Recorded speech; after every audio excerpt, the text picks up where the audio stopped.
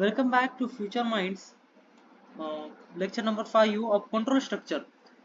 पिछले लेक्चर में हमने पढ़ा कि कोर कंसेप्ट जैसे डाटा को इनपुट आउटपुट कैसे लेते हैं, मेमोरी एलोकेशन क्या होता है, और जो असाइनमेंट लॉजिकल और रिलेशनल ऑपरेटर होते हैं उनके बारे में पढ़ा।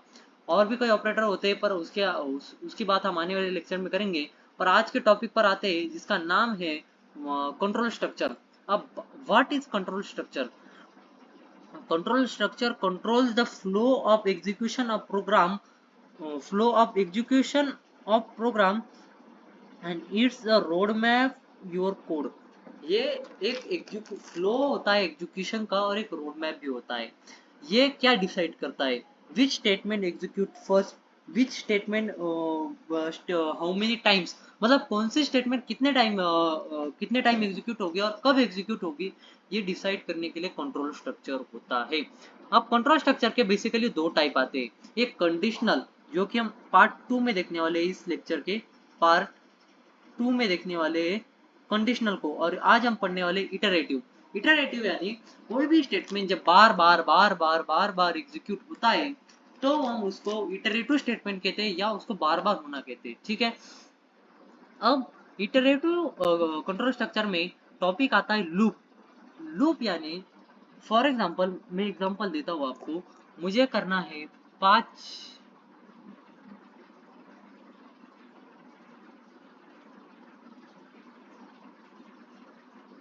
ठीक है।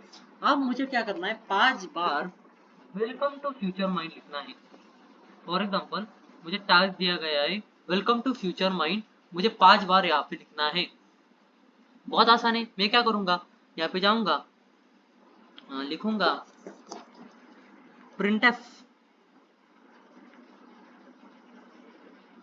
प्रिंटफ, यहाँ पे इसको ब्रैकेट ओपन करूंगा, डबल कोट में लिखूंगा वेलकम। ठीक है। अब वेलकम तो मैंने लिख दिया, पर मुझे ऐसा ना 5 बार लिखना है। तो अब मैं क्या करूंगा, इस स्टेटमेंट को कॉपी करूंगा और बार बार बार इसको यहाँ पे पेस्ट करूंगा।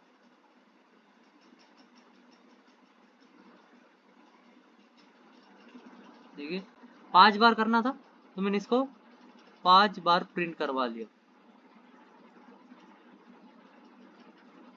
एक मिनट, इसको मैं जरा ठीक कर लूँ।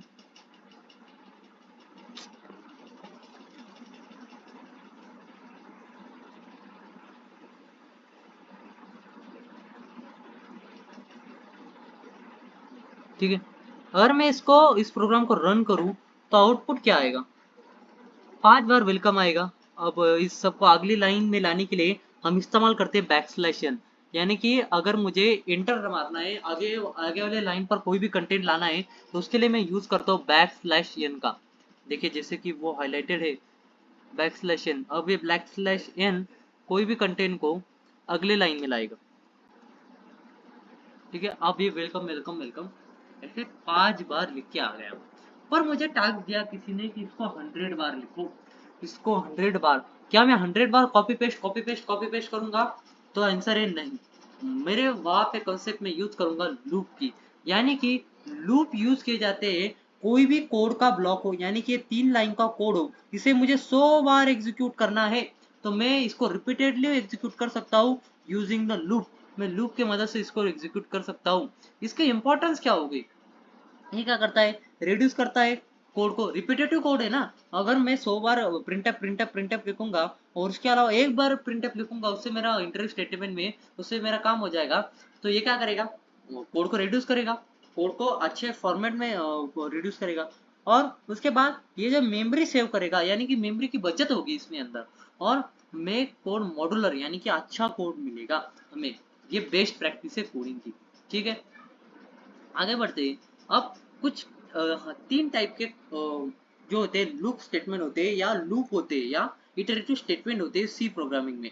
पहला आता है फॉर लूप, दूसरा आता है व्हाइल लूप और तीसरा आता है डू व्हाइल लूप। ये अलग अलग टाइम पे इनको यूज करना होता है। ये कैसे यूज करना है हम इसका आगे देखेंगे। ये देखिए, सबसे पहले आते हैं फॉर लूप पर। अब फॉर लूप को हम यूज करते हैं टू नंबर ऑफ इटरेशन करने के लिए।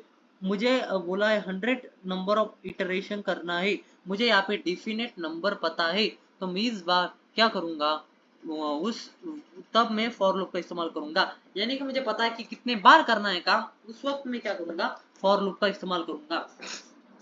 सबसे पहली बात, इसका सिंटैक्स कैसा होता है, पहले फॉर कीवर्ड आता है, फिर डिक्लेरेशन आता है वेरिएबल का, फिर कंडीशन आती है कब तक चलना है और अपडेट करना है, इसको इंक्रीमेंट करना भी बोलते हैं। हमने इंक्रीमेंट और डिक्रीमेंट क्या है पिछले वाले लेक्चर में पढ़ा, तो आप जाके देख सकते हो।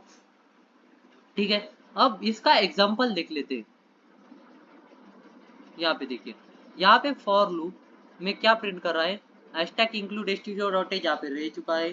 ठीक है, इंट मेन, ये हमारा सब कुछ, यहाँ पे क्या किया, इंट आई नाम से एक वेरिएबल डिक्लेयर किया, और आई को यहाँ पे फॉर लूप के अंदर एक वैल्यू दी गई आई इक्वल टू 1, और आई को क्या कर दिया, लेस देन कितना बोला, लेस देन इक्वल टू बोला, यानी कि लेस देन इक्वल टू, ऐसा है, इस साइन का मीनिंग ऐसा है। ठीक है, इस साइन का मीनिंग ऐसा है, तो और इसको प्लस प्लस कर दिया, और printf percentage d black slash n, यानी कि अगले लाइन में लेके आओ ब्लैक स्लैश एन, यानी कि नेक्स्ट लाइन, और आई को प्रिंट कर दिया। इससे क्या हुआ, जो आई की वैल्यू है वो यहाँ पे प्रिंट हो गई। पहले लूप में 1, फिर 2, फिर 3, फिर 4, फिर 5। आप कहोगे यहाँ पे तो वैल्यू प्रिंट होनी चाहिए थी 5, ऐसी आप सोच रहे होंगे कि यहाँ पे वैल्यू तो 1, वैल्यू जो थी यहाँ पे दी गई थी। एक मिनट, यहाँ पे स्क्रीन जरा सी मैं एडजस्ट कर लेता हूँ। ओके,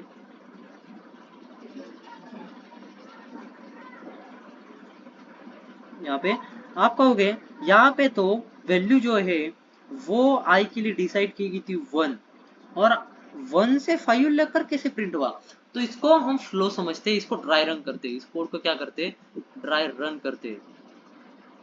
मैं इसको साइज में बड़ा करता हूँ। ठीक है, आप बहुत बड़ी के तरीके से देख रहे हैं। अब क्या हुआ, यहाँ पे आया, फॉर लूप स्टार्ट हो गया, आई की वैल्यू 1 है। ठीक है, 1 है। अब क्या हुआ, कंडीशन चेक हुई, क्या आई लेस देन है, लेस देन इक्वल टू 5 है, हाँ जी लेस देन है, तो का क्या कर दो, प्रिंटफ कर दो आई की वैल्यू को, फिर प्रिंटफ आउटपुट बना गया। अब क्या हुआ, यहाँ पे कंट्रोल गया इस स्टेटमेंट पे, आई को प्लस प्लस कर दो, यानी कि आई की वैल्यू 1 से बढ़ा दो, अब आई की वैल्यू हो गई 2, आई की वैल्यू 2 हो गई। और फिर से यहाँ पे कंडीशन चेक होने को आई, कंडीशन चेक होने को आई, कंडीशन क्या, 2 5 से बड़ा या उसके बराबर है, 5 से छोटा या उससे बराबर है, तो हाँ तो प्रिंट कर दो आई की वैल्यू, फिर कर दी।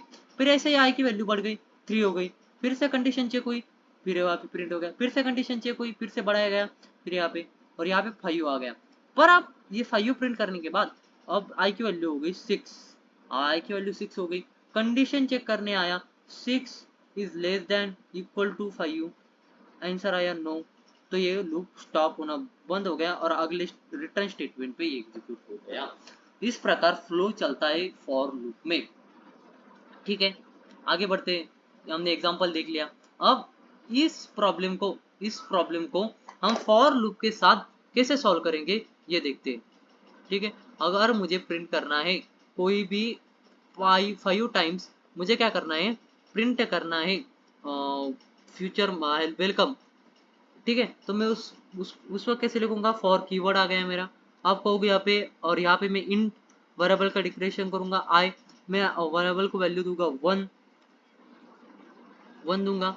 ठीक है, यहाँ पे मैं लिखूंगा आई इज लेस देन और इक्वल टू, कितने टाइम एग्जीक्यूट करना है, 5, फिर से सेमीकोलन लगाऊंगा, और आई की वैल्यू क्या कर दूंगा, इंक्रीमेंट कर दूंगा। ठीक है, और यहाँ पे मैं करली ब्रैकेट लगा के मैं अपना जो स्टेटमेंट है वो लिख दूंगा।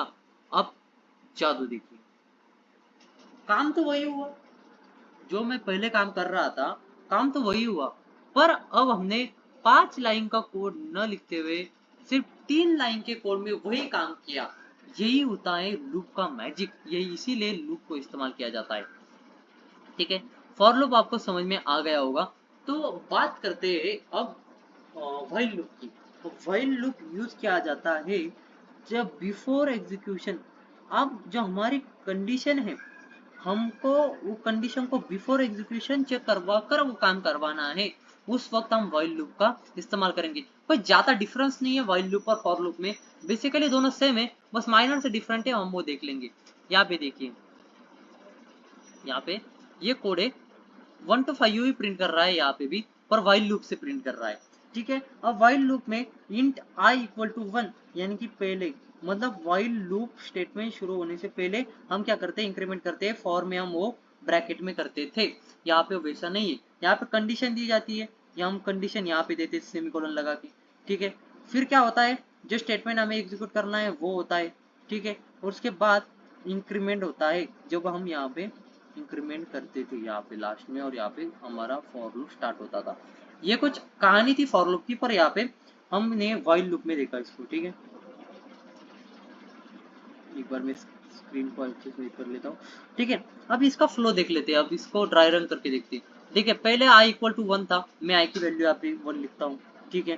क्या किया, i is less than equal to 5, हाँ जी, i लेस देन 5 से, तो प्रिंट कर दो 1 को, ठीक है। अब वैल्यू क्या कर दो, इंक्रीमेंट कर दो, वैल्यू अब 1 से हो गई 2, ठीक है, 2 हो गई। फिर से कंडीशन चेक हो गई, i is less than equal to 5, 2 क्या लेस देन इक्वल टू 5 से, जी हाँ, फिर 2 को प्रिंट कर दो, ठीक है। फिर से कंडीशन चेक हुई, फिर सॉरी इंक्रीमेंट हुआ, i की वैल्यू 2 से 3 हो गई, पर आप कंडीशन चेक हुई 3 क्या लेस देन है और इक्वल टू है 5 के, जी हाँ, फिर प्रिंट कर दो 3 को, ठीक है।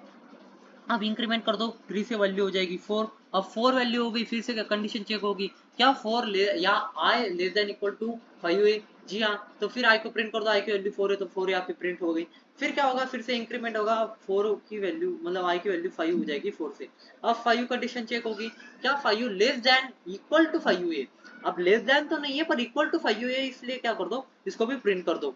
और फिर आगे जाके बात आती है, अब वैल्यू 5 से 6 हो जाती है, पर अब 6 जो है हमारी कंडीशन जो है वो यहाँ पे फॉल्स हो जाती है। i जो है हमारा 6 होने की वजह से वो लेस देन और इक्वल टू 5 नहीं होता है, यहाँ पे कंडीशन फॉल्स हो जाती है, और हमारा जो लूप है वो एग्जीक्यूट करना बंद हो जाता है। यानी कि लूप कब तक एग्जीक्यूट होगा, जब तक हम उसको, जो हमारी कंडीशन है वो सेटिस्फाइड है, यानी वो कंडीशन ट्रू है। अब इसी 5 बार वेलकम लिखने के काम को हम व्हाइल लूप से करते हैं। यहाँ पे मैं लिखूंगा इंट i इक्वल टू 1, ठीक है, sorry, int i equal to 1 while, अब मैं यहाँ पे कंडीशन दूंगा i is less than equal to 5, ठीक है। अब करली ब्रैकेट में क्या दूंगा मैं, मुझे जो स्टेटमेंट एग्जीक्यूट करना है वो, और मैं क्या कर दूंगा, i को प्लस प्लस कर दूंगा और प्रोग्राम को रन दूंगा। अगर मैं यहाँ पे कंडीशन ही हटवा दूं, ये कंडीशन हटवा दूं, तो ये क्या हो रहा है, देखो यहाँ पे वेलकम वेलकम वेलकम वेलकम कभी भी खत्म नहीं हो रहा है। अब ऐसा क्यों, क्योंकि एक मिनट, यहाँ पे क्या हो गई, कंडीशन जो है वो कभी फॉल्स होने ही नहीं वाली, कंडीशन जो है एंड होने ही नहीं वाली, कभी कंडीशन फॉल्स होने ही नहीं वाली। इस वजह से ये लूप जो है वो चलता ही रह रहा है। अगर मैं यहाँ पे प्लस प्लस कर दूं तो फिर से क्या होगा, 5 हो गया।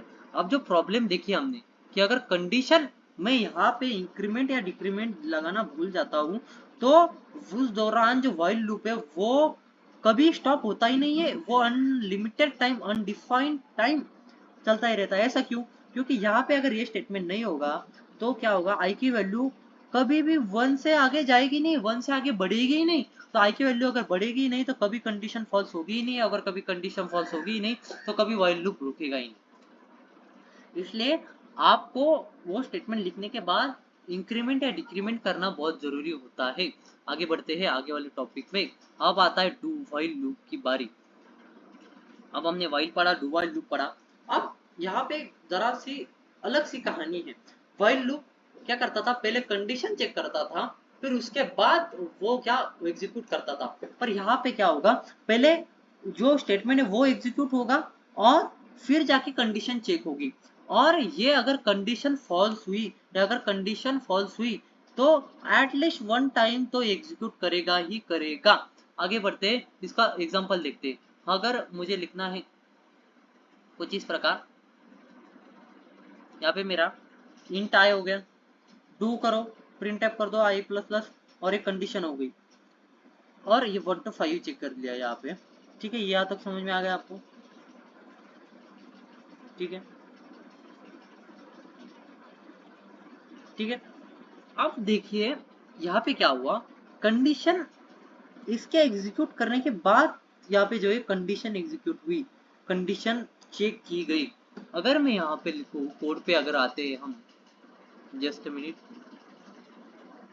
अगर हम यहाँ पे कोड पे आते हैं और कोड पे अगर डू वाइल लूप लिखते हैं, यहाँ पे मैं लिखता हूँ इंट आई, मैं आई क्यों ले रहा हूँ, आई लेना कोई कंपलसरी बात नहीं है, आप कोई भी वेरिएबल ले सकते हैं, A B C D E F G कुछ भी, पर आई लेते हैं यहाँ पे प्रोग्रामिंग में बेसिकली। डू क्या कर दो, प्रिंट कर दो ये वाला। ठीक है, कब तक करना है ये, यहाँ पे कंडीशन देनी होती है डू, यहाँ पे कंडीशन देता हूँ मैं, कंडीशन आई इज नॉट, मैं नॉट इक्वल टू लिख रहा हूँ यहाँ पे, नॉट इक्वल टू, हमने नॉट इक्वल टू ऑपरेटर पढ़ा था 1,